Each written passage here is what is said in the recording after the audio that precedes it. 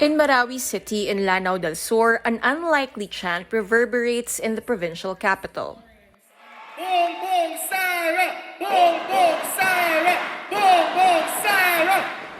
Ferdinand Marcos Jr., survey frontrunner and namesake of the late dictator, makes a stop in the Islamic city just days before national campaign activities slow down in this area of the Philippines ahead of Ramadan. He says his usual stump speech, Kahit anong mapato ninyo sa aming problema, kahit anong klaseng problema, kahit anong krisis ang hinaharap namin, kami ay hindi lamang nakakaraos kundi sumisikat pa dahil kami ay kapit-bisig, sabay-sabay humaharap sa lahat ng kahirapan. At sisigaw ulit tayo sa lahat ng ating mga kaibigan sa buong mundo at isisigaw natin, ako ay Pilipino, taas noo kahit kanino. and raises the hand of Team Adyong as late led by the incumbent governor. The crowd is not as huge as the campaign rally the night before in his running mate's bailiwick, Lanao del Sur. But what matters here is not how many, but who attended the rally.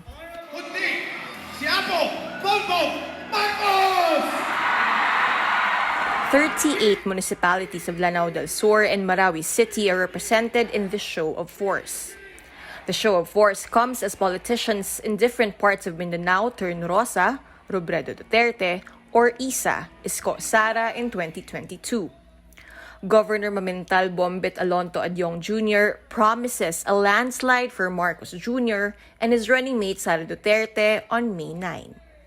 Kaya Mr. President, umasa ka at ang ating Vice Presidente, umasa po kayo na sa darating na halalan, siguradong landslide ang ibibigay ng Lanao del Sur. Marcos Jr. lost here in the 2016 vice presidential race. Vice President Leni Robredo, then a candidate of the once ruling party, got over 180,000 votes. Marcos Jr. settled with just over 55,000 votes in Lanao del Sur. This time, it will be different, says Governor Adyong. Alam naman natin, ang PFP at ang Lakas, pumirma na sila ng kasunduan na dadalhin nila si BBM from PFP and Mayor Inday Sara from Lakas CMD. At hindi lang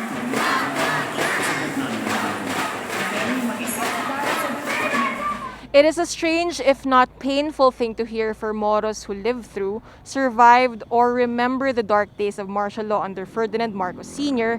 and even the years before that. One of Lanao del Sur's sons, its former representative, the late Rashid Lucman, called for the elder Marcos's impeachment in 1968 following the Jabeda massacre.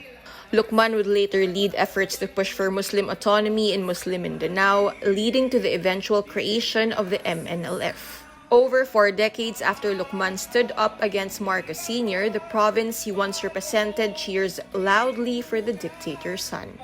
Governor Adyong says he wants to deal with the present and not the past. Alam mo, para sa akin, ang tinitignan ko yung ngayon. Hindi ko na tinitignan yung mga nakaraan. Dahil kung ang titignan natin yung nakaraan, baka hindi na natin ma-handle yung mga ganong sitwasyon.